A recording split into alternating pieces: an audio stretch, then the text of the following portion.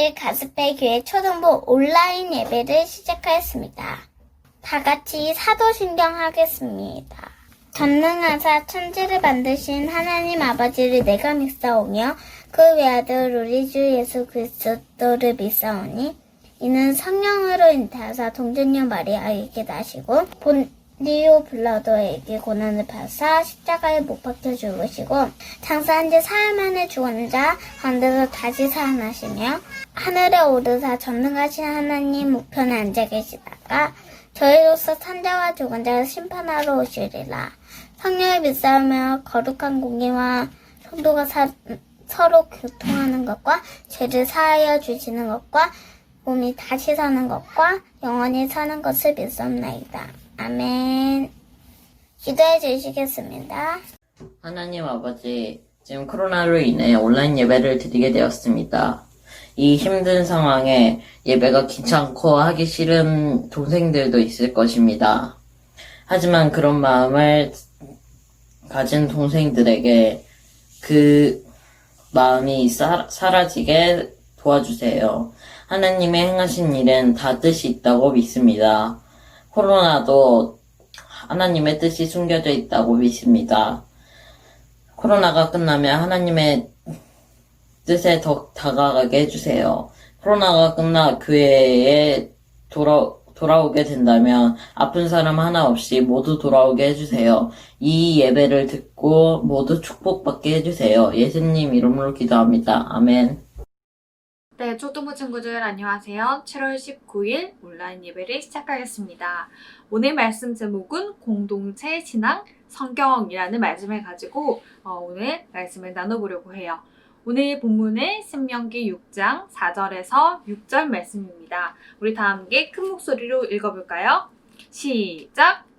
이스라엘아 들으라, 우리 하나님 여호와는 오직 유일한 여호와이시니 너는 마음을 다하고 뜻을 다하고 힘을 다하여 내 하나님 여호와를 사랑하라. 오늘 내가 네게 명하는 이 말씀을 너는 마음에 새기고. 오늘 본문은 우리 초등부 어떤 주제 설교에 관한 말씀이기도 하죠. 그래서 오늘 이 신명기 말씀을 통해서 공동체 신앙 성경에 관한 말씀을 나누려고 합니다. 하나님께서 우리에게 선물을 주셨어요. 어떤 선물일까요?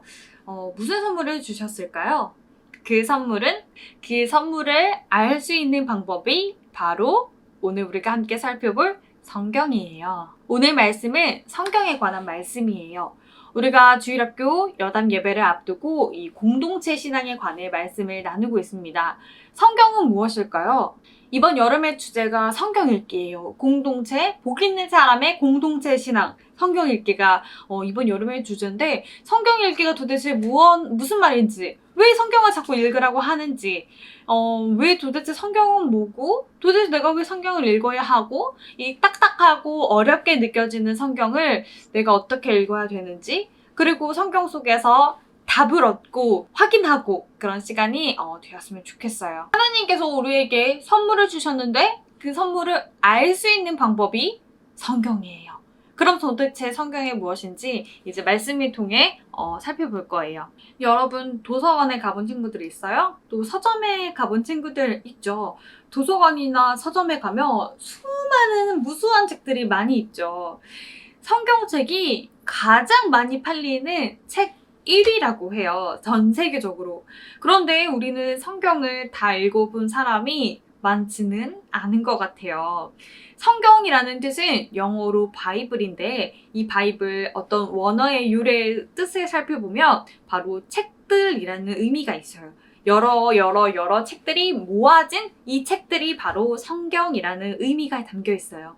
여러 저자들에 의해 쓰여진 책이 바로 성경이죠. 우리가 알다시피 잠언을 쓴, 또 아가서를 쓴 솔로몬이라던가 시편을 쓴 다윗이라던가 어떤 저자는 왕이 될 수도 있고요. 또 누가복음이나 그런 이제 복음서 같은 경우에는 의사인 누가도 있고요.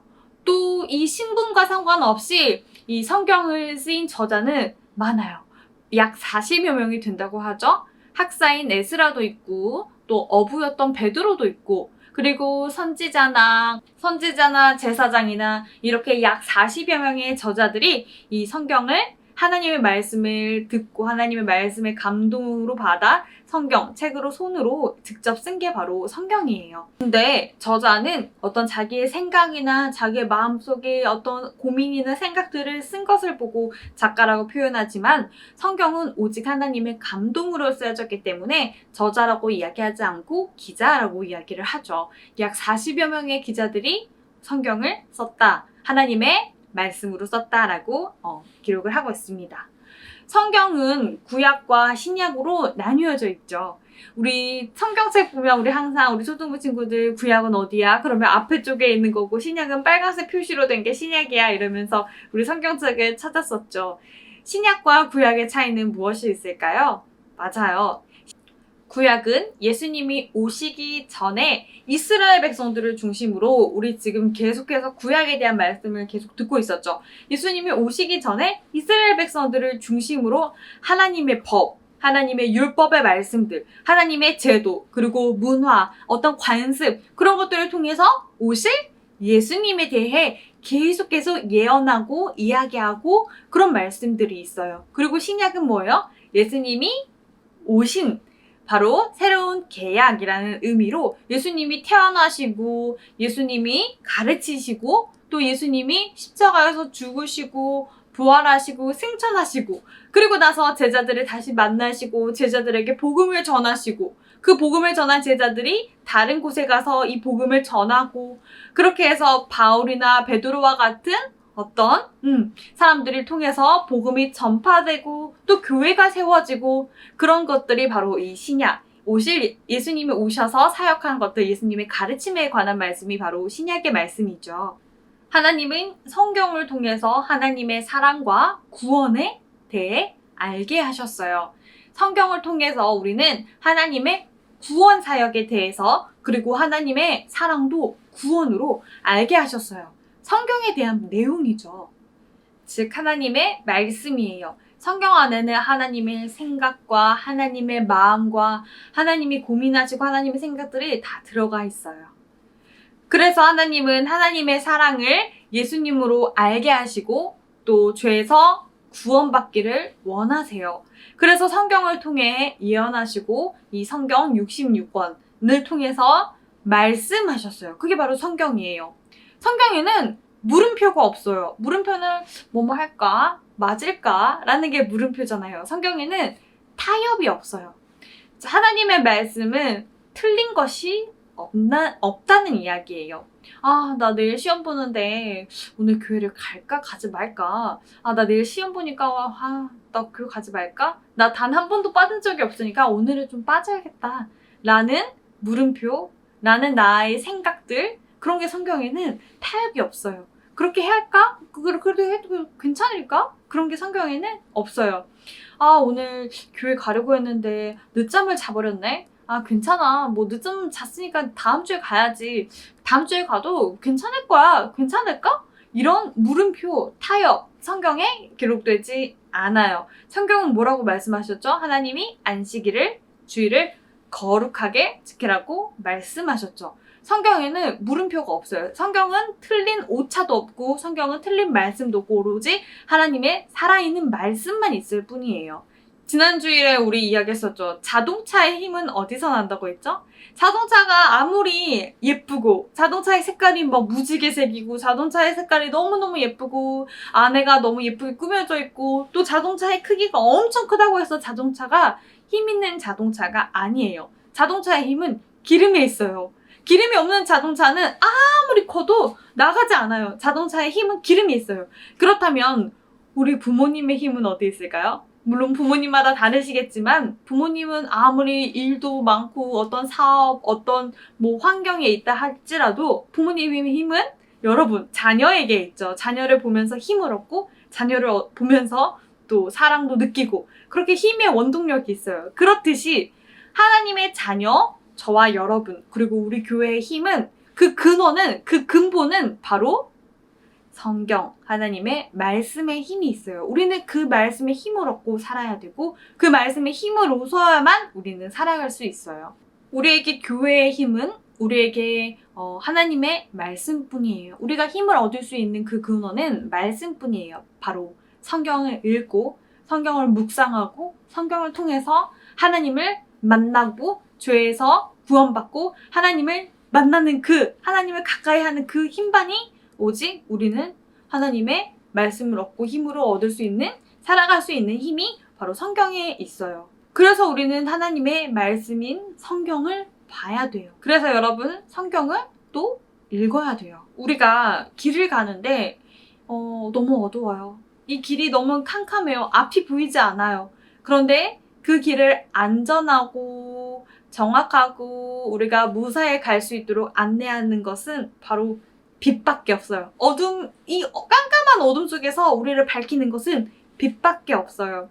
하나님은 우리가 그 죄 가운데 우리를 어둡게 하고 우리를 힘들게 하고 우리를 정말 속상하게 하는 그 죄 가운데에서 우리를 안전하게 갈 수 있는 그 유일한 방법이 바로 성경이에요. 바로 빛과 같은 말씀이 바로 성경이에요. 우리가 이 죄에서 해방받고 우리가 죄 속에서 하나님의 말씀 속에서 하나님의 성경의 말씀으로만 그만이 우리가 안전하게 길을 걸어갈 수 있는 유일한 바로 방법이 성경뿐이에요. 이 성경에는 하나님이 우리를 얼마나 사랑하시는지, 그리고 하나님 우리를 왜 구원하셨는지 성경에는 다 나와 있어요. 그래서 우리가 성경을 봐야 되는 거예요. 전도사님, 제가 전에 몇 번 읽어봤는데 달라진 게 없던데요? 성경 말씀 믿어지지도 않고 살아있는지 죽었는지 잘 모르겠어요. 성경 읽어도 내 삶은 변화된 게 없어요. 성경을 읽었는데 우리 집은 그대로예요. 변화된 게 없어요. 라고 의아해하고 또 궁금한 친구들이 있을 것 같아요. 그건 성경에 대한 하나님의 살아있는 힘 있는 말씀, 그 말씀을 믿지 않는 거고, 성경이라는 것을 쉽게 생각하고 또 이 성경에 대한 가치를 모르기 때문이에요. 정말 하나님의 그 살아있는 그 말씀을 믿는 사람은, 그 말씀을 맛본 사람은 그런 말을 할 수 없었겠죠. 오늘 신명기 우리 함께 읽었던 4장 4절에서 6절 말씀에는 이 말씀을 너는 마음에 새기라 라고 성경은 기록하고 있어요. 이게 무슨 의미예요? 우리가 성경을 어떻게 읽을 수 있을까요? 그냥 아무 생각 없이 창세기부터 출애굽기, 레위기, 신명기 이렇게 읽어야 될까요? 오늘 신명기에는 이 말씀을 너는 마음에 새기라 라고 기록되어 있어요. 어떻게 우리가 성경을 읽어야 되냐면 이 말씀을 우리 마음에 새겨야 돼요. 자, 새긴다는 말은 무슨 말이에요? 전사님이 584278 여러분, 방금 전사님 한 말 기억한 사람 아무도 없어요. 그렇듯이 우리 마음에 새기는 거는 단 한 번 듣고 한 번 스치듯 듣는다고 해서 우리 마음에 새겨지지 않아요.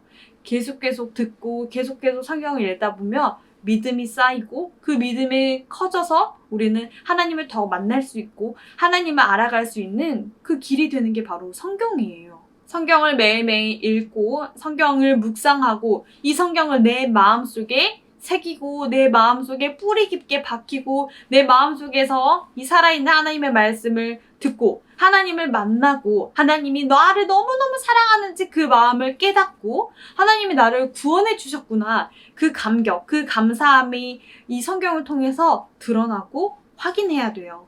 그러면 우리에게 믿음이라는 것이 생기게 돼요. 그러면 성경을 읽으면서 나는 변화된 게 없는데요?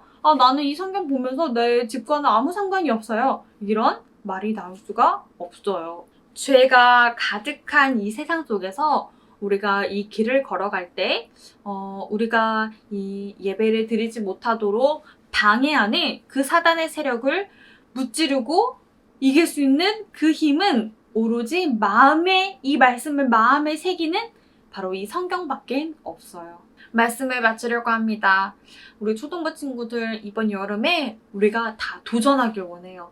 전도사님 성경이 66권이라면서요. 언제 우리가 다 읽어요?